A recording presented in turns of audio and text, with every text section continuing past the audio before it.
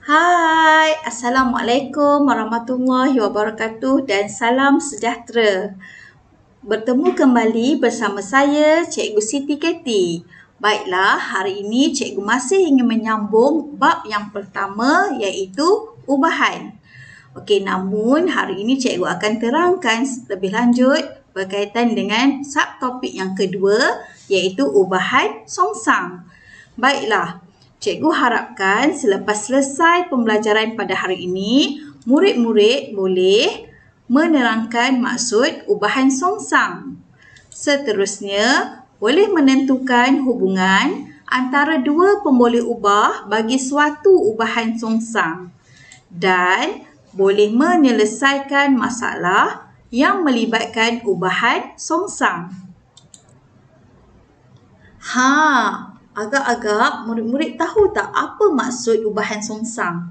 Jom kita lihat definisinya. Baiklah, pemboleh ubah Y bertambah apabila pemboleh ubah X berkurang pada kadar yang sama dan sebaliknya. Ini bermaksud satu pemboleh ubah tu naik manakala satu lagi pemboleh ubah akan turun. Itulah maksud ubahan songsang. Baik, kita lihat contoh. Cikgu Aidil mempunyai sejumlah wang untuk membeli hadiah untuk pemenang kuis matematik. Jika harga sebuah hadiah ialah RM15, maka Cikgu Aidil boleh membeli 10 buah hadiah.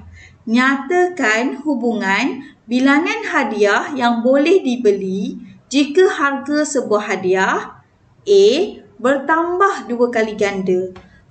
Agak-agaknya apa hubungan bilangan hadiah tersebut kalau harga hadiah bertambah 2 kali ganda?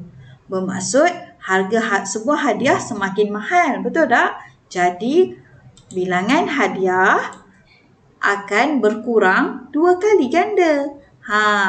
Seterusnya, untuk soalan B, harga sebuah hadiah berkurang 50%. Agak-agak apa berlaku pada bilangan hadiah? Mari kita lihat. Maka bilangan hadiah bertambah 50%. Jadi kalau murid-murid nampak di sini, jika harga sebuah hadiah bertambah, maka bilangan hadiah akan berkurang. Okey, kalau harga sebuah hadiah berkurang, maka bilangan hadiah akan bertambah. Jadi ini adalah ubahan songsang. Seterusnya, kita lihat pula bagaimana cara untuk menulis Y berubah secara songsang dengan X kuasa N bagi N sama dengan 1, 2, 3, 1/2 dan 1/3. N ini adalah kuasa. Baik, kita boleh tulis dalam dua bentuk iaitu hubungan ubahan. Okey, ditulis sebagai Y. Okey, simbol hubungan ubahan. Okey, simbol ubahan atau berkadar dengan 1/X kuasa N. Okey, untuk ubahan songsang, kita perlu letak X kuasa N sebagai penyebut. Duduk kat bawah. Sebab satu atas, satu bawah. Okey, jadi ubahan Y berubah sesongsang ini boleh juga ditulis dalam bentuk persamaan. Iaitu kita akan tulis Y sama dengan K/X kuasa N. Dengan keadaan K ialah pemalar. Dan bagaimana kita nak cari K? Kita darabkan X kuasa N dengan Y. Okey, jadi ini adalah cara untuk menulis ubahan songsang. Ingat, okey, Y di atas, X kuasa N di bawah. Okey, jadi kita lihat yang seterusnya.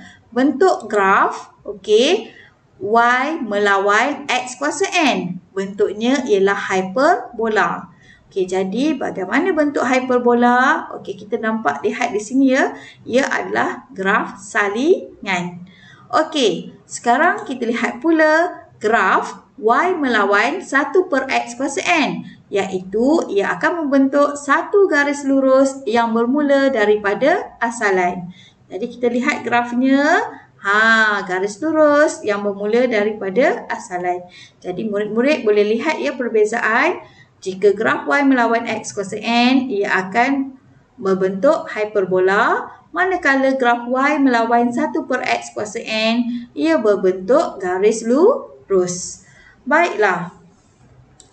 Seterusnya kita lihat pula contoh yang kedua.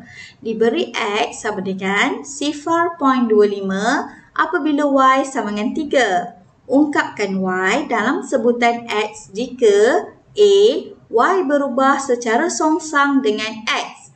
Jadi apa perkara pertama kita perlu buat? Okay, kita perlu tukarkan ayat ini kepada bentuk hubungan ubahan. Jadi kita akan tulis seperti begini. Bila Y berubah secara songsang, maka X duduk di bawah. Betul?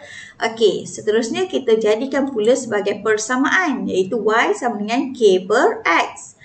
Dan kita gantikan nilai X dan Y seperti maklumat di atas, iaitu 3 sama dengan K per 0.25. Maka kita akan dapatlah nilai K sama dengan 0.75. Untuk ungkapkan Y dalam sebutan X, kita perlu gantikan nilai K ini ke dalam persamaan Y sama dengan K per X. Maka ia ditulis sebagai Y sama dengan 0.75 per X. Jadi selesailah untuk soalan A. Mari kita lihat pula penyelesaian bagi soalan B, iaitu masih lagi ungkapkan Y dalam sebutan X jika Y berubah secara songsang dengan punca kuasa 2X. Jadi perkara yang pertama kita akan tulis dahulu ayat yang panjang ini, kita tukar jadi bentuk hubungan ubahan seperti begini. Iaitu punca kuasa 2X akan duduk di bawah sebagai penyebut.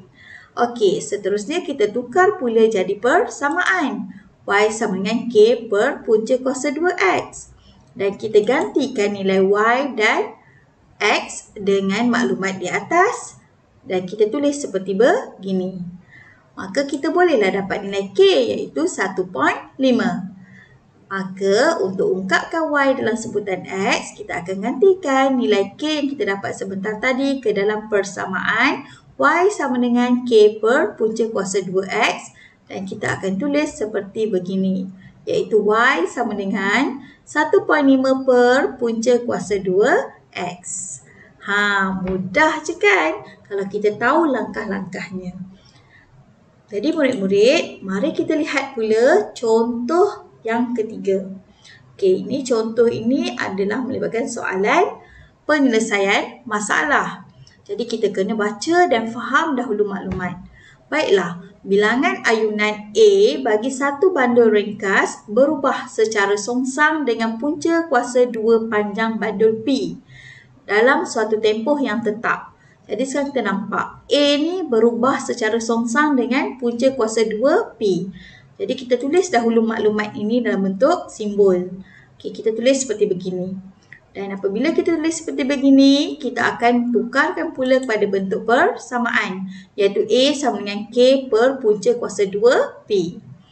Okey, diberi bahawa bilangan ayunan ialah 9. Bilangan ayunan tadi adalah A, betul tak? Jadi A kita akan ganti sebagai 9 apabila panjang bandul ialah 36. Panjang tadi pula ialah P. Maka kita akan gantikan bilangan ayunan sebagai 9. Panjangnya pula P tersebut adalah 36. Okey, kita gantikan maklumat ke dalam persamaan kita sebentar tadi untuk cari nilai K.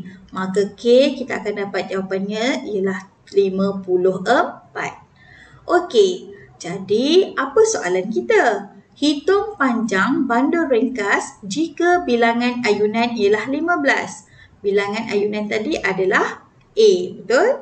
Okey, jadi sekarang kita akan gantikan dulu K ke dalam persamaan kita, iaitu A sama dengan 54 per punca kuasa 2P. Seterusnya A kita ialah 15. Jadi kita perlu cari panjang. Panjang tadi adalah P, betul? Jadi kita gantikan maklumat. A ialah 15, K ialah 54 per punca kuasa 2P.